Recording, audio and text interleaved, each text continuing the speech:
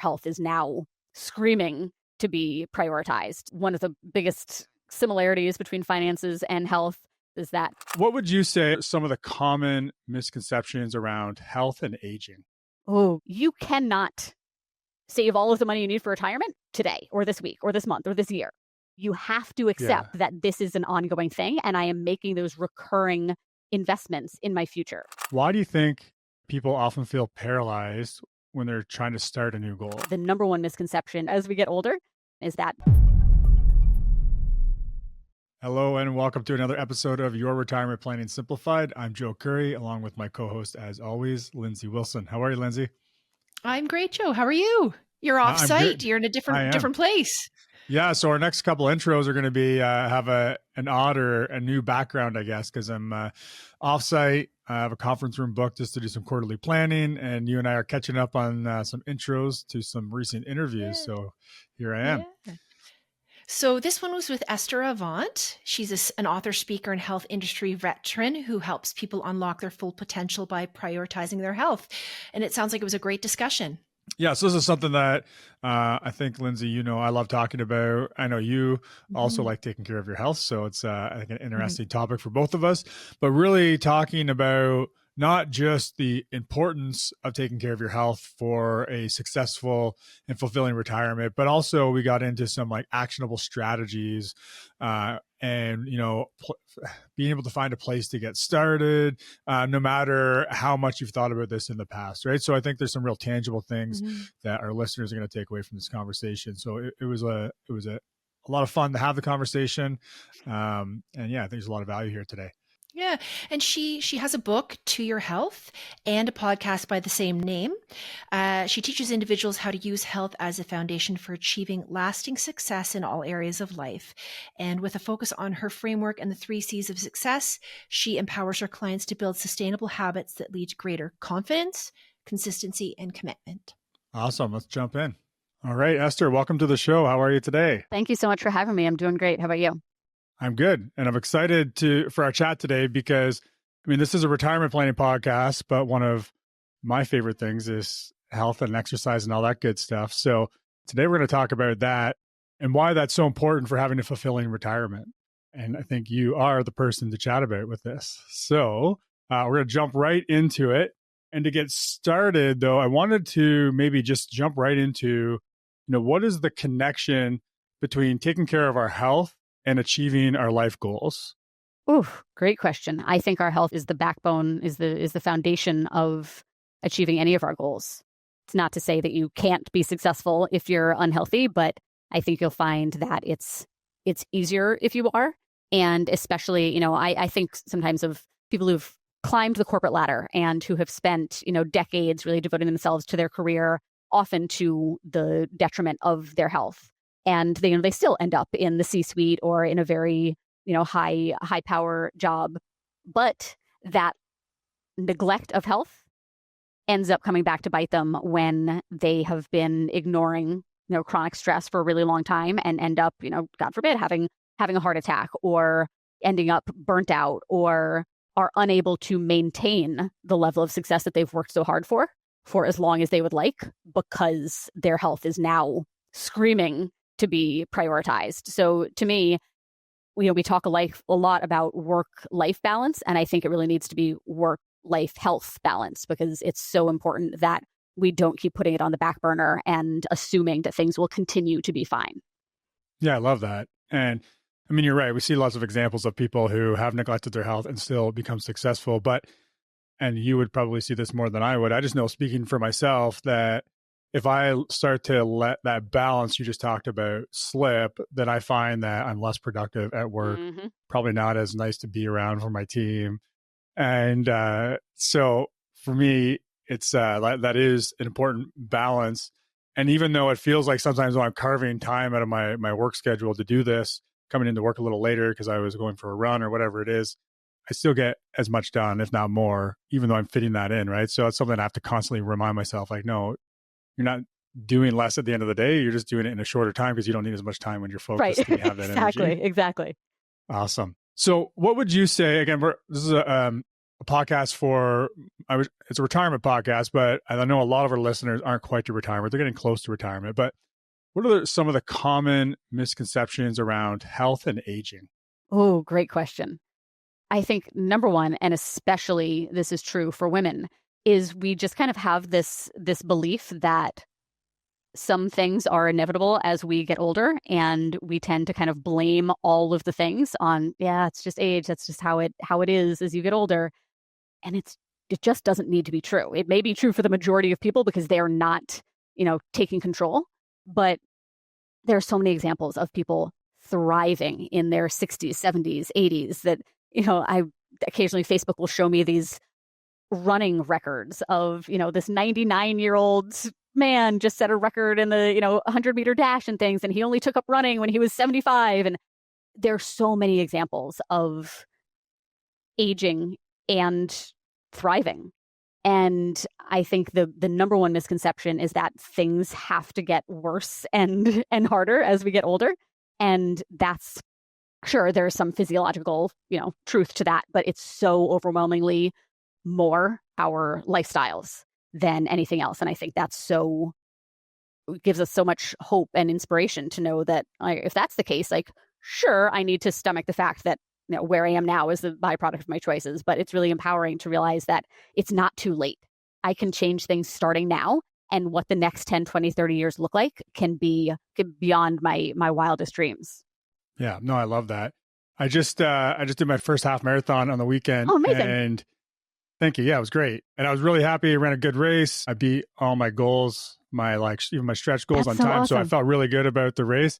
But it's just funny talking about this because there was probably, I want to guess, this lady who passed me near the end would have been about 70 years old, and she didn't even look tired, and I was like dying. Yes. She just ran by me. I had a very similar experience. I did my first marathon in December, and there was a woman at the start who, almost looked like she shouldn't be there. Was I had braces on all of the joints and was really barely shuffling, and I was like, I don't know if that woman needs assistance. And it was very humbling to see that she finished well ahead of me. And, it's just and it can be hard to not use that to then beat yourself up, but I think it's so important that you just use that to see what's possible. That if anything, it's inspirational to be like, all right, well, if she's got 60 years on me and she's beating me, I've got some more that I can do now, and if I want to be like her when I'm that age, how do I need to treat the next decades of my life to make sure that that's possible? And it's not going balls to the wall. It's not going as hard as possible, as often as possible. It's being a lot smarter and more strategic about your approach so that you have the longevity. Yeah. Yeah. I love that. So just continuing on that same vein, you've already started talking about it, but could we just go a little further down how prioritizing our health can contribute to a more successful retirement? Yeah.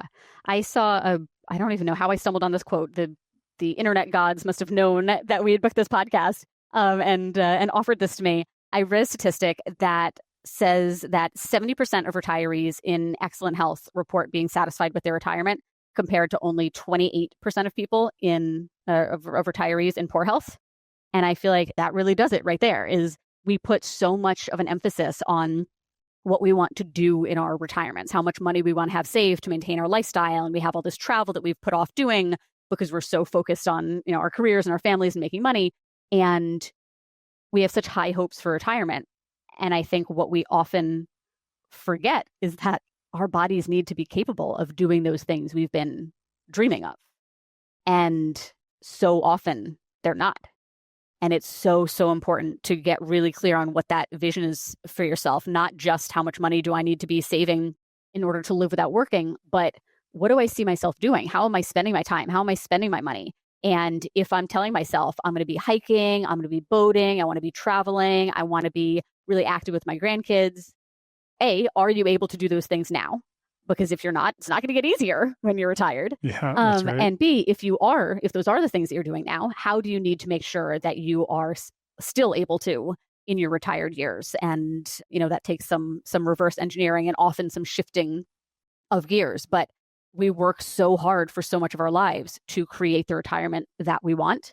The last thing in the world that you want is to not be able to enjoy it because you can't trust your body to do what you want it to do. Yeah, for sure. Now, for someone who maybe hasn't prioritized health throughout their career, how would you push back? And again, you've already talked about this a little bit, but a little more on how would you push back about someone feeling that they're kind of too old to start some new routines or too old to think about this or it's too late, whatever the messaging that they have in their head? Yeah, I think it's, one of the things that I've learned about how important our thoughts are is how much control we have over them.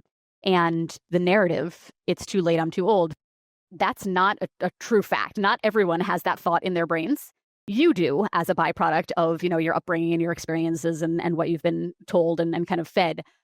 But it's not a stone cold fact. So something that's really helpful is just start countering it. Whenever that happens in your brain, you just say, no, I'm not. No, it's not. It's not too late. I'm not too old. And you just start balancing it out instead of just accepting that this is the truth. And I think the second thing is to meet yourself where you are. I actually just yesterday did a kickoff call with the father of a client. So now he's our client also, and he's newly retired. He's in his 60s, and he is experiencing some depression, and just the transition into retirement hasn't been easy. And he's got some weight to lose, and he just feels like his body is starting to hold him back from what he enjoys. And he's got a lot of habits he wants to work on changing. It can feel really overwhelming. So the advice that I would offer is to just meet yourself where you are and pick one small thing to focus on. It's not about changing everything overnight. This is going to take time. But what matters at the beginning is that you get some momentum under your belt. You start to get some wins and you start to develop a little bit of confidence. So it doesn't even really matter what the thing is. Maybe it's taking a 10-minute walk. Maybe it's whenever you go to, sit down on the toilet, you do 5 squats up and down. Maybe you take the stairs a little bit more often. Maybe you drink some water in the morning, or you add a new vegetable to your meals, or you reduce how much soda you're drinking. There's so many small ways to just start casting votes for this healthy future that you want. And those votes add up. We tend to kind of talk ourselves out of them, that if it's not this grandiose overhaul, then it's not worth doing. But the reality of it is, if you want the changes to stick and you want to still be enjoying your life in the meantime, it's the kind of slow burn. It's the gradual little bit of change here, a little bit of change there. And then as you start to see the results, not just physically, but also mentally, the result of being a reliable person who follows through and does what they say they're going to do, you feel good and you want more of that feeling. And then you're willing to, take subsequent steps. And I guess that's what we actually see most often is the opposite of that, right? People have the big goal. This week I'm starting a new diet. I'm starting the gym 5 days a week and everything at once. And then it's the opposite feeling. We feel bad about ourselves because we set unrealistic expectations right out of the gate. So that start small, get some wins, feel good about it and build on it. And I love that. Just building off of that. So starting small obviously is key. What are some practical steps for incorporating movement into our daily life and starting to build? So you told us some small steps. How do people where do they start with that and how do they build off of it? Great question. I just want to go back to one thing, because as you were talking, it was making me think of a parallel between saving for retirement and this health stuff. Is we all want to just be there, right? We want to have gotten the weight off. We want to have our fitness at a certain level. We want it overnight. But if you think about saving for retirement, you cannot save all of the money you need for retirement today or this week or this month or this year. You have to accept that this is an ongoing thing and I am making those recurring investments in my future. And this is the same way. You just cannot physically do enough to get there overnight.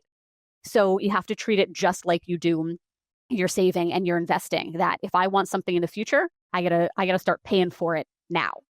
Okay, so the actual steps.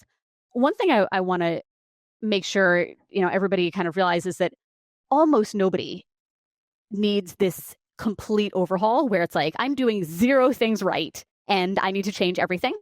Everybody listening already has even, 1 or 2 things that you're oh, that's a pretty healthy habit. Maybe it's that you don't smoke, or maybe you drink alcohol very infrequently, or maybe you generally get your 7 hours of sleep, or you drink a lot of water.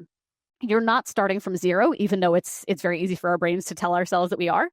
So give yourself credit for the healthy habits you already have that you're probably taking for granted or are kind of minimizing. Is well, yeah, but No, pat yourself on the back. That's a good place to start.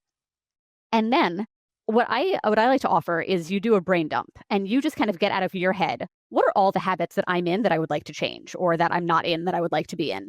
And you decide the pecking order, because we always want to be told what to do, but the way you're going to be most successful is if you have some ownership of that process. So I would say, maybe of the things I'm going to say, pick one or two that you start with. Your daily movement. Are you getting at least, say 7,000 steps a day? Or walking for, a total of about 45 minutes? Are you drinking about half your body weight in ounces of water? Are you getting a protein source at most of your meals? Are you getting a fruit, vegetable, or whole grain at most of your meals? Are you sleeping 7 hours a night? Are you strength training? So that was 6 things. Pick a couple of those and use that as your starting point. And then as that don't rush it. Don't feel like, okay, well, today I'll start one and tomorrow I'll start the next. And by the end of the week, I'm doing them all. Nope. Pump the brakes, give yourself at least a week or 2 per habit you're trying to establish, potentially more. Don't put pressure on yourself of like, oh, it should feel easier because I'm 3 weeks in. It feels how it feels, and that's okay. As it feels ingrained, then add the next thing. And the more stable you allow yourself to create that foundation, the sturdier it's going to be and the longer it's going to hold up for you. Okay. Yeah, no, that's great. I love that. And so just thinking about people who have done that. So we talked about some people have been running or running faster than us, but they've probably been doing that for a long time. Do you have any stories of people who have achieved these like health milestones later in life? That's an excellent question. There is a woman, I'm trying to remember her name. There's a woman who took up bodybuilding when she was like in her 70s, I feel like, and she is now an accomplished bodybuilder. She's, broken, won all sorts of awards, broken all sorts of records. And, there are examples similar to that in any sport you look at.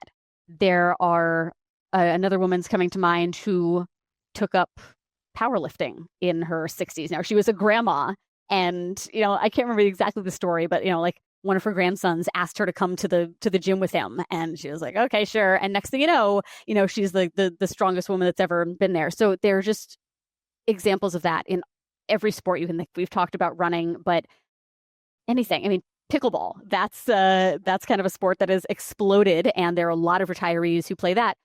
Yes, it's easy to find examples of, people who retire and, sit on a porch swing for the next 30 years. But if you decide to look for them, there are examples everywhere of people who just said, well, that's one chapter of my life that's closed. How do I want to write the next one? And I think that's so cool when you just realize, now I've set myself up. I have the money. I have the time. What is it that interests me? What was I telling myself I would pursue if I had time that now I do? Whether it's a new sport or a creative outlet, there are just so many opportunities out there. And I think instead of thinking about like, oh, my days are winding down, you're just thinking like, I'm starting a new chapter is so inspiring. Yeah. Yeah, no, I agree 100%. So if we're thinking about structuring like a healthy lifestyle in retirement, maybe we could start with, and you talked about some of these things, like things change, we have more time. We're also looking for probably a new purpose. There's a lot of things that come up in retirement, which we've talked a lot about on this show. Maybe we could start in this vein around the importance of having routine and structure in retirement. Yeah, I think this is one that can make the transition a little clunky for a lot of people, is we go from having these probably overly structured lifestyles where it's, for 40, 50, 60 hours a week, you knew exactly what you were supposed to be doing. You were on meetings and, add in a family, and now you're going to sports games. And it's like, it just felt like every minute of the day was structured. And you dream of retirement when you can have this freedom. And it's almost like the pendulum swings from one extreme to the other, where it's like, well, now I don't have anything on the calendar. So I also don't have anything to kind of anchor myself to. I can wake up whenever I want. I can eat breakfast whenever I want. I can take a walk whenever I want. And there's kind of that saying of, if you want something done, ask a busy person. I think people start to experience that early in retirement, where it's just like, oh, shoot, when my only option to get a workout in or go grocery shopping was like in this specific window, it got done out of necessity. But now that I have, all the time in the world, nothing's getting done. So I think it can be really helpful to, A, kind of anticipate that, and B, create some structure that works for you, whether it's, I wake up by a certain time. I just kind of give myself a cap that I'm like, all right, if it's 9 o'clock, I'm setting an alarm. I'm going to get up and do something. Maybe it's no matter what time I wake up, I start my day with some sort of movement. Maybe I anchor myself to a specific breakfast or 2 or 3 breakfasts that I rotate through that I know I enjoy. They're nutritious. They make me feel good. They give me energy through the day.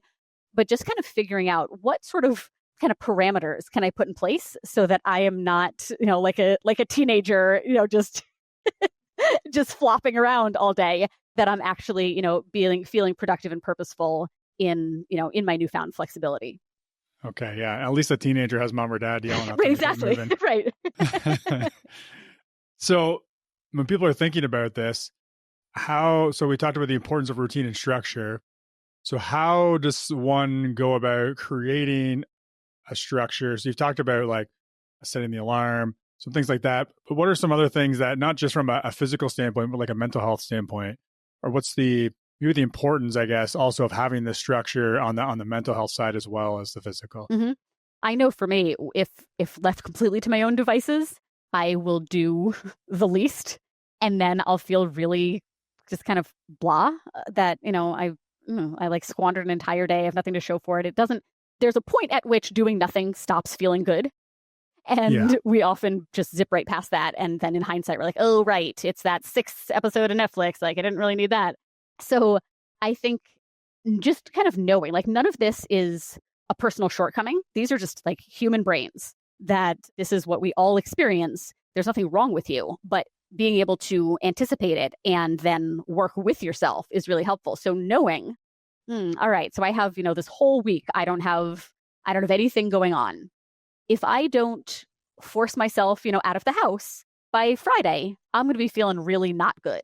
So what can I do to set myself up for success in advance and not find myself in that position? So especially in retirees where social connection is so important, maybe you combine these things and you go to pickleball at the local rec center, or you join a walking group, or you go to, water aerobics at the Y. Just something that A, gets you out of the house, B, is at a specific day and time. So you can't just keep putting it off. These are on the calendar. These are important meetings with my friends or with my trainer. They, again, sort of give you something to anchor your day to, where it's like, all right, well, if I have to be there at noon, I got to be awake by this time. I got to eat. While I'm out, I can do this other thing. So they give you a great starting point. And then you're getting a lot of bang for your buck. You're getting something physical and social. I think, too, just kind of giving yourself almost like personal rules that help you feel your best. So you mentioned kind of just getting outside, getting fresh air, especially in the winter. I know that's really unappealing, but it's also really good for us.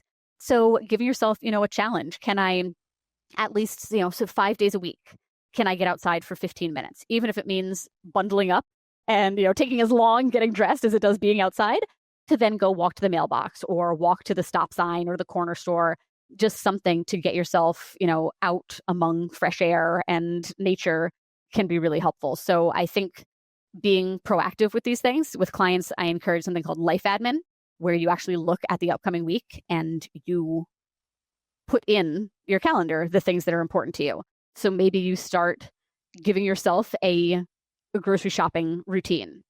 You could go any day of the week, but you've just decided Tuesdays are my grocery shopping day. There's not a lot of people there. I can take my time. Maybe I see the same people, and you start creating your own routines that help you feel good and work with your, this stage of your life. Yeah, that's great. And you kind of transition to another piece I want to talk about, which is the importance of being social in retirement, which often becomes more of a challenge than when we're working. So maybe you could talk a little bit more about the mental health benefits of staying socially engaged, and then maybe just dive even a little bit deeper into how we can combine that social piece with staying active. Yeah, there's just such interesting research on loneliness and the lack of social connection. As one of our former attorney generals has said that loneliness was an epidemic, and some of the research suggests that not having social interaction can be as detrimental to our health as smoking and can take years off of our life.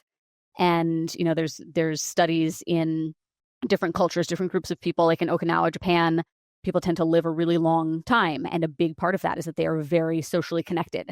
It's not just, a young mom joins a parenting group, but at every stage of their lives, there are groups and services and programs that help foster connection and community. And there was one really interesting example where it was like a bunch of women were going to, I think it was an exercise class, and the husbands were all, kind of like sitting in the car or waiting. And eventually I think it was a YMCA or something like that, developed a program where it was like, they made a woodshed where all the husbands could go and kind of tinker with tools and build some stuff. And also then they were developing friendships and making connections. And it's just so, so important. And I think it's gotten harder with the rise of, technology and the internet, where we feel like we're connected because we can like fire off an email or like a post on Facebook, but it's just not the same. So it's really important, even if it's not in your nature, which it's not in mine. I'm pretty introverted. And like I said, left to my own devices, I would just assume like be at home with a book. But I know that even though I might drag my feet, I'm always glad that I've gotten myself out there. So I think especially when you're retired and you're no longer, especially if you worked, in person, you're no longer forced to interact with coworkers all day, every day. And it can be really isolating. So even if you're kind of going against your nature a little bit, find ways to put yourself out there, within your nature. So maybe you start off with a book club, or maybe you're just like, hey, you know what? There's this group that meets at the library and there's not going to be a ton of pressure to talk, but I can just like be near other human beings. And like, that's probably a good start. Sure. So you give yourself some time to experiment. And, pickleball is another example. I used to work at a community rec center that had silver sneakers, senior specific programming, water aerobics, but also don't feel like just because you're retired, you need to like be doing all the old person stuff. You can also be, the badass who walks into the powerlifting gym and is like, I've never lifted weight in my life, but I'd like to learn. Or you can be the person who says, yeah, I never really had time to devote to this thing, but I'm ready to now. And it doesn't matter if nobody else your age is doing it, or if everybody is 30 years younger, like you'll be giving everybody else somebody to aspire to. So don't feel like you need to be pigeonholed into like the old person activities. Yeah, for sure. And also there's probably something to that about just keeping you young when you're around younger people too, right? Okay. Something else on the kind of the health side of things. When you I think people naturally think if I want to get in better shape or increase or improve my health, I need to do some exercise. But could you talk a little bit more about the role of nutrition, sleep, and stress management in just our overall well-being? Yeah, great question. Exercise is very important for a lot of reasons. And, many of those have nothing to do with weight or anything like that. But especially as we age, the importance of our bone density and our physical strength is really important. It does start to naturally decline as we age. And if you want to remain independent, getting up and down off the toilet by yourself, getting in and out of the shower, carrying in your own groceries, those are all functional movements that are going to be easier if you're conditioned. But there is so much more to health than just exercise. So nutritionally, if you do have a weight loss goal, and many people do, 70% of the country is overweight or obese. So a lot of people are thinking about losing weight, especially if you have joint pain or back pain or, any sort of health marker that puts you at higher risk for chronic disease. Maintaining a healthy body weight is going to, to make your life easier. And that's driven by nutrition, balancing your caloric intake. But even beyond that, eating an overall nutritious diet, prioritizing your protein to help build and sustain your muscle mass, prioritizing your fiber for, yes, regularity, but also as kind of a proxy for just an overall nutrient-dense diet. Your diet fuels your health. If you eat a variety of, food types and colors and all of that, you're going to get a variety of vitamins and minerals that your body needs to be healthy. You are going to have energy to support your lifestyle. You're going to sleep better. Sleep is its own big thing that, if you're looking for one place to start, sleep is a great place to do it because of the effect it has on everything else. When you're under-rested, obviously you're lacking energy. It's going to be harder for you to do active things, but also it messes with your hunger and fullness hormones. So now you have more cravings. You're less easily satiated. you want to eat more, and the things that you want to eat are the hyper palatable, low nutrient foods. You are then more likely to rely overly on caffeine and alcohol. So sleep is just one. I think especially in kind of our working years, we wear lack of sleep like a badge of honor. And it's just not. It's just, you can get away with it for bouts of time, but chronically, you will be so much better off, and you will find everything else so much easier if you are sleeping. And same thing with stress, is that's another thing that, I ask about on our weekly check-in with clients, and what's your plan for stress management this week? And a lot of times people are like, oh, haha, that'd be nice. And it's like, no, this is really important. You can't just ignore your stress or try to plow through it. The chronically elevated stress that a lot of us experience is really, detrimental to our health. And it's a combination of, learning how to set boundaries and not say yes to everything. But also it's important to reframe our stressors. Sometimes we let ourselves be stressed about things that needn't be.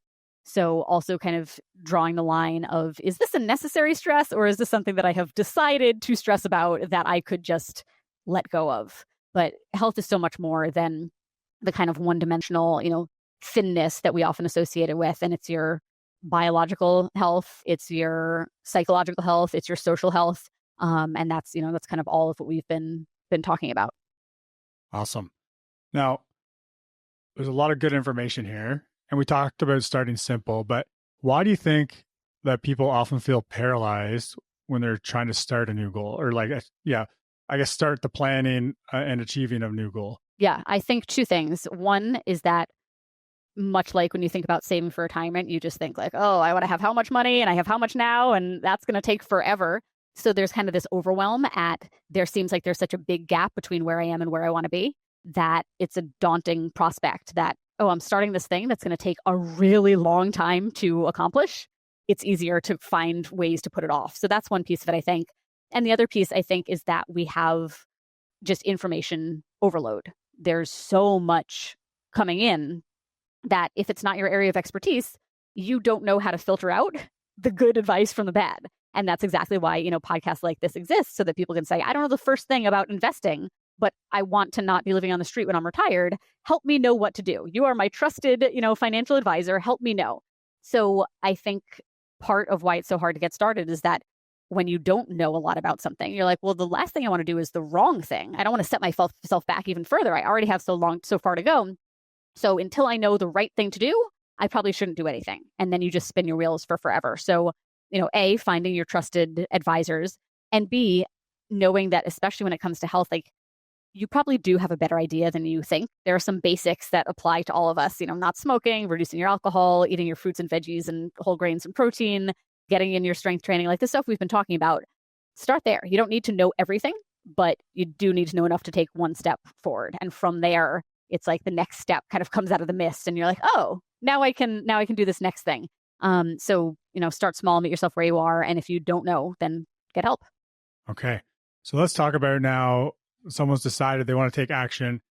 How do they, rather than just say, I'm going to lose weight, like, what's the formula for setting the goals and actually working through the action plan or creating the action plan? Great question. I think, yes, it's important to have the outcome that you're after, right? Obviously, it's hard to advise somebody on their retirement savings if you don't know what they want if they don't know what they want their retirement to look like. So the same thing goes with health, is like, what is that goal that we're working toward? What specific things do you want to be able to do? Sometimes it's a number. And I would advise that if you do have a number, make sure you also have other goals in mind, because weight is, such a small piece of health, and it's just not the most important thing. So yes, have the outcome in mind so that you know what you're working toward. But much like with your bank account, you can't wake up every day just obsessing like, did I save it enough yet? Did I save enough yet? What matters is the actions that you're taking day to day. Are you setting a certain percentage of your income aside for your retirement? Are you investing in, your Roth IRA, that sort of thing? The same thing goes with your health. So take your outcome goal and then break it down into the behavior goals. And the way I try to cut through the overwhelm with that is by identifying the big rocks for the goal. So those are the things that we were talking about, your calories, your protein, your fiber, your strength training, your walking, the things that generate the majority of your results. So you want to take that outcome and say, what are the behaviors that are going to help me get that outcome? And that's what I want to focus on. So say I'm going to focus on my strength training, my daily movement, and making sure I'm getting enough protein. So now I have a specific goal that I'm working towards. I'm going to do 3 strength training sessions a week. That's very easy for me to know whether or not I've done it. I'm going to aim for 8,000 steps per day. I can know whether or not I've done that. I can learn about what foods contain protein. I can measure out what a portion looks like. So I know that I'm getting enough for my needs. And I have something very, very tangible that is either a, did I do it? Yes or no. And what I recommend focusing on is the consistency, giving yourself some sort of physical tracker that says, today, did I do the thing? Yes or no. So like a sticker chart on your fridge. And you just start to get that bird's eye view of either I'm not being as consistent as I thought and I have some room for improvement, or I'm nailing it and now I'm ready to add something else on. So the emphasis on the behaviors is really important, as is giving yourself regular check-ins to make sure that you're progressing toward the goal, or if not, what needs to change, and also to make sure that the goal hasn't changed. So sometimes people will start off with a weight loss goal and then realize, actually, the weight doesn't matter to me so much anymore as this health marker does. Or actually, you know what? I'm training for a half marathon and I've realized that trying to lose weight at the same time is counterproductive to that goal. So I need to kind of set one aside to prioritize another. Maybe your retirement goals change and now you're thinking, I hadn't previously thought I wanted to travel and now I'm really excited. Met someone new and I want to travel with him, and now, that changes. So your goals are allowed to change and you need to have the systems in place to check in with yourself and make sure that what you're working toward is still something that you care about. And if not, to give yourself the freedom to make those changes. Okay, awesome. And what about just making sure our listeners recognize that no one's perfect and having some self-compassion through the process? Yeah, that's a big piece of it. And one of the things that I see standing in the way of a lot of people is that kind of all or nothing mentality, where we basically tell ourselves, like, I have to be perfect. And this is what perfection looks like. And then inevitably when we fall short, we are so dramatic about it and we really beat ourselves up and it's like the end of the world and the sky's falling. And at the end of the day, being able to give yourself the same compassion you would give to another person and just be like, hey, listen, like, you're not perfect. You're never going to be. You don't need to be. And it's okay when you fall short. You just wipe the slate clean. You pick yourself back up. You see if there's something to learn from it. And then you move forward. And I think it's so helpful to remove the expectation of perfection right from the jump so that you don't keep making the process harder and more miserable than it needs to be.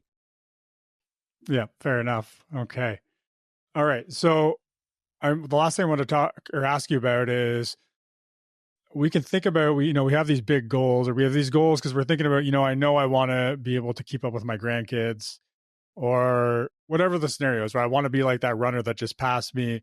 But sometimes those are really far away and it's not maybe always enough to get you taking action today. So do you have any other ideas or strategies to, help people kind of bring that future self into the more short term? And I have some thoughts on that as well. It worked for me, but probably I'm not like everyone, or my things won't work for everyone else. But I'm just curious if you had any thoughts around that. Yeah, that's such a good question, because that really is, one of the biggest similarities between finances and health. And one of the most difficult things is that we're looking at some pretty big lag time. Like, you're saying, I need to make the investment in my health or in my future now, and then 20 years from now, I'm going to reap the benefits of it. Like, that doesn't seem like a great deal. And there's such interesting research on how our brains think about our future selves. And it's more like a stranger than it is ourselves, which helps just like make sense of a lot of our behavior. Because it's like, why would you do something nice right now for someone who is basically a stranger to you? Like, what do you care? Like, they can deal with themselves, right? And just knowing that, I think, is really eye-opening. Because then, like you said, you can figure out ways to bring the future closer.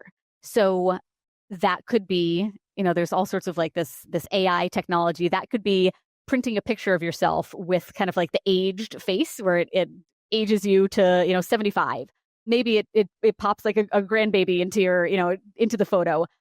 Just gives you a visual to say, like, this is me. The choices I'm making now directly affect the lifestyle of this person, and I care about them. writing letters to your future self or to your past self to just kind of like bring them all together, where you can acknowledge your past self and the changes that you've undergone since then, and you can envision your future. I think that's one of the simplest things you can do, is just like spending more time vividly picturing your future and having ways to bring that to the present. But I'd love to hear what's worked for you too, because this is like, I love hearing about this. Yeah, sure. So, well, just for our listeners, if you haven't seen it, we have had Hal Hirschfield on the podcast. Oh, amazing. So we'll put that in the show notes. I can't remember the episode offhand right now. So retirementplanning.simplified.ca. You can look for Hal Hirschfield, and or actually we'll just put it in the notes of this show because it'll be at the top of the list by the time you listen to it, and we'll connect back to it. But anyway, yeah, we talk a lot about that kind of stuff in that, of course, because he wrote the book on it. But for me, what I need to do is I need to have something in the short term, like some kind of, so like the half marathon I ran on the weekend, I really had no intentions of being a runner, but it was something that's in there that I know if I just sit around all winter and don't do anything, then I'm going to embarrass myself with that run, for example. And so that's where I kind of know myself, I'm super competitive. So it was not enough to just show up and run the race to say I did it, because I know I can run that far, but I want to do it at a good time so that I feel good about it. In the past, I've had other events like Spartan races, things like that. And sometimes it's like competitions with friends, you know, who can run further in a year or cool. things like that. So I try to do things that kind of bring it down to like, say, maybe less than a year, maybe 6 months, something to aim for that has some accountability tied to it, that I can get a little bit more excited about and see in that shorter term.